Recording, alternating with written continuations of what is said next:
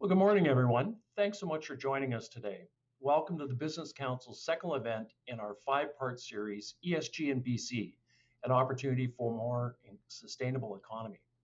I'd like to acknowledge this morning that I'm coming to you from the Business Council offices, which are on the traditional territory of the Coast Salish people, specifically the nations of the Squamish, Tsleil-Waututh, and Musqueam people. And we thank them and other First Nations across the province and the country for the ability to gather on their ancestral lands today as we continue this important conversation. At our first event last month, we explored the global trends and motivations driving this growing movement towards ESG across all sectors of the economy and all sizes and types of businesses, including through the full inclusion of Indigenous business and people. We heard directly from investors, including ESG leads with the Canadian Pension Plan Investment Board, the BC Investment Management Corporation, as well as the head of BlackRock Canada, the world's largest private equity firm, setting the path for ESG in the context of shifting global investor expectations. These speakers described the new imperative for businesses to transparently report on their overall impact as investors are increasingly placing sustainability goals and outcomes on a near equal footing to the firm's financial performance when assessing its worthiness for access to capital and increasingly credit. We heard from leaders at the forefront of shifting climate and energy expectations as we head into COP26 conference later this fall in Glasgow. Nigel Topping, the UK's climate ambassador at the UN, ahead of COP26, as well as Susanna Pierce, the country chair for Shell in Canada, and Asifa Samji, Stantec's global head of HR, all discussed their global leadership roles and the responsibility we all have in companies, governments, and institutions in our race to net zero emissions by 2050, and the impact that that race will have on the energy transition on communities and on individuals and businesses.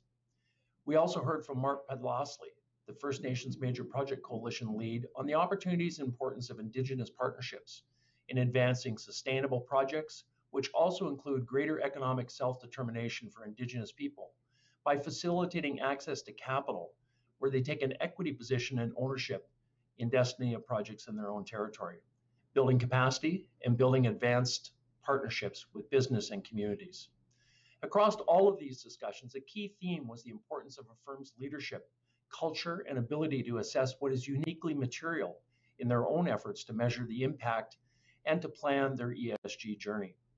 So while the first event explored much of the broad external trends that are driving ESG, today's discussion will build on these themes and explore the how and the what for companies looking to implement and embed ESG processes, practices into their operations and decision-making process.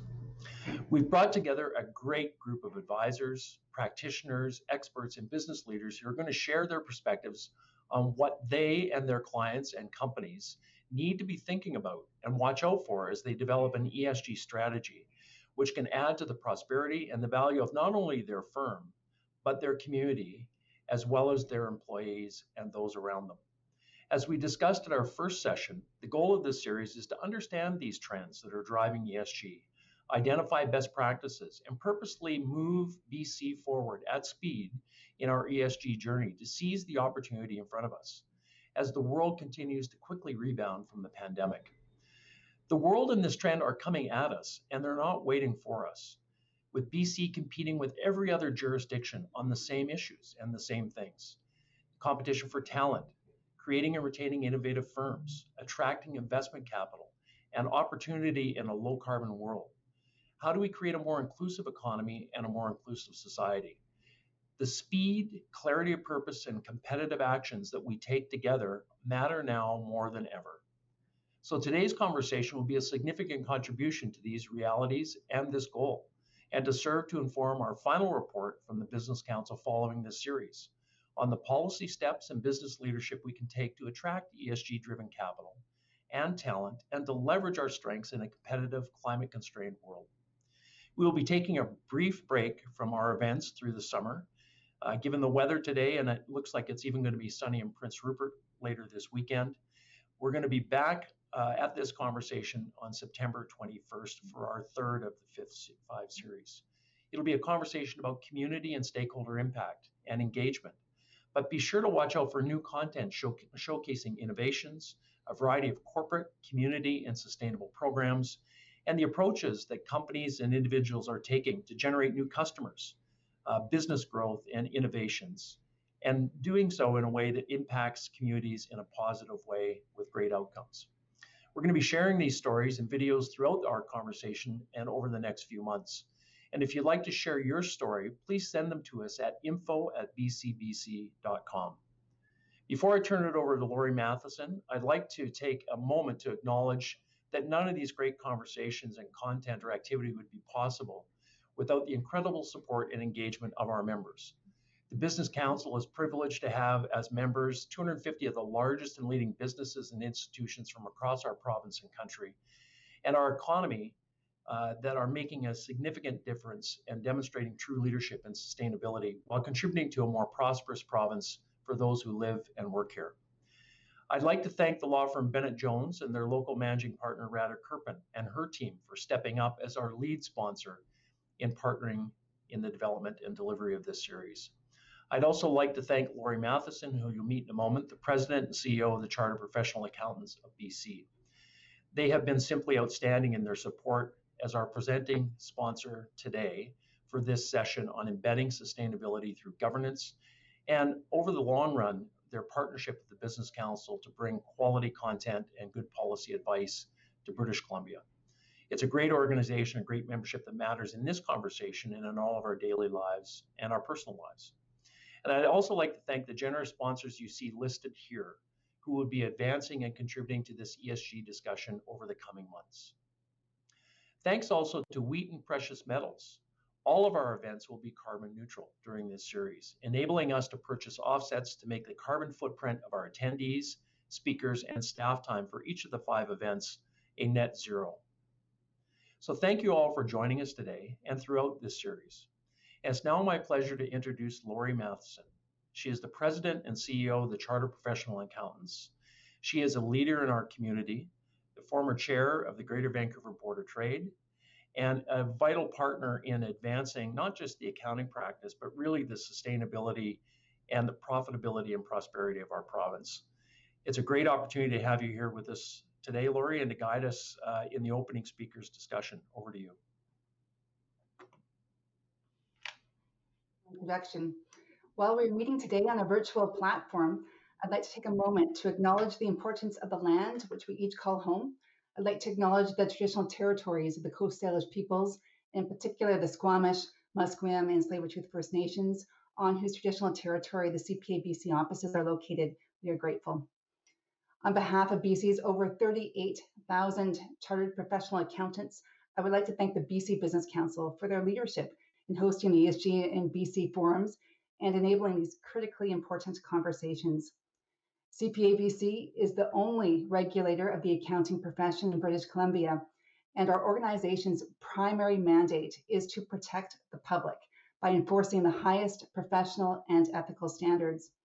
Members of the accounting profession have been deeply involved in driving the adoption of ESG principles and evolving ESG reporting, both in BC and beyond.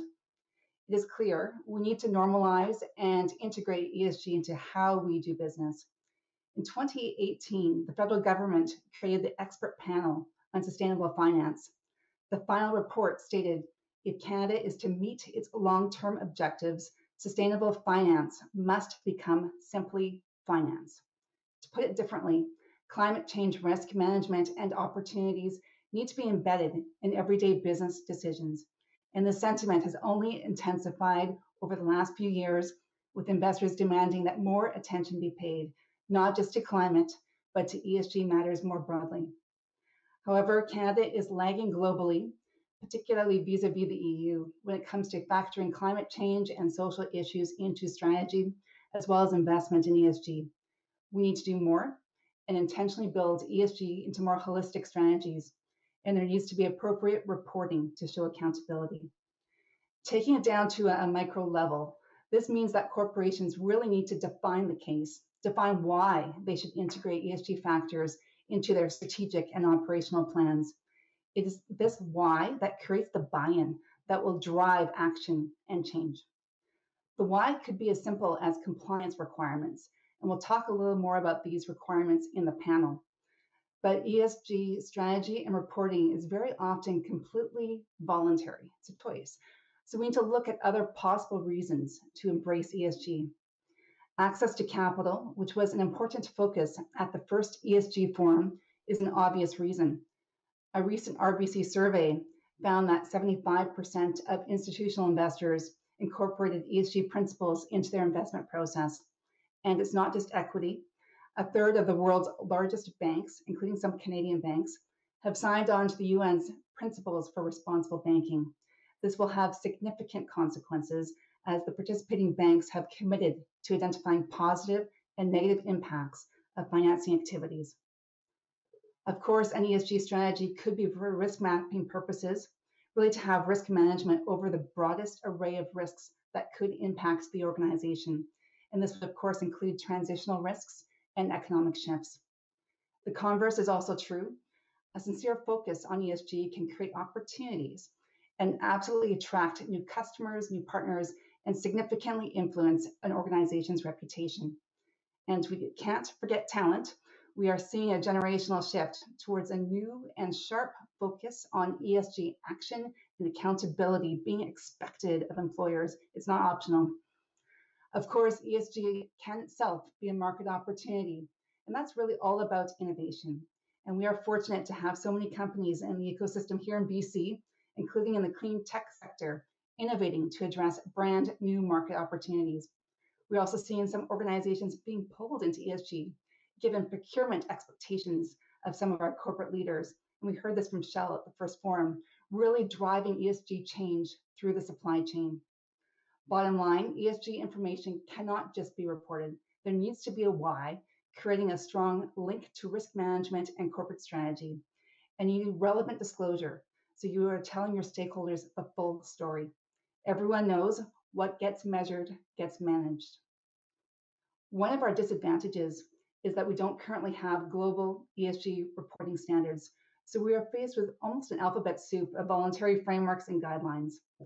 Mark Podlasky of the First Nations Major Project Coalition did a great job at the first forum in the series, outlining the different ESG standards that have been adopted by many corporations globally. However, companies, investors, and accounting standard setters all agree we need a common ESG reporting framework. In fact, the CEOs from the Canada's 8 leading pension plan investment managers, representing about 1.6 trillion in assets under management, recently called on companies and investors to provide consistent and complete ESG information. There are various standardization projects underway that would see a convergence of disclosure standards. Internationally, we have the IFRS Foundation, and that organization provides international financial reporting standards to more than 140 jurisdictions around the world. Right now, it is spearheading a coordinated effort to create a global set of internationally recognized sustainability reporting standards. And it is currently anticipated that at COP26, the UN Climate Change Conference in November, that a new international sustainability standards board will be announced.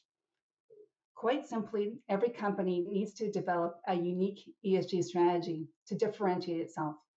Then they need to assess and embed ESG practices into their organization. And finally, they need to report their progress. But success on all fronts will depend on clearly articulating that compelling case for change, the why. And if we roll back up to the macro level, it will aggregate to global change, and greater transparency from having comparable and consistent standards will help to build trust.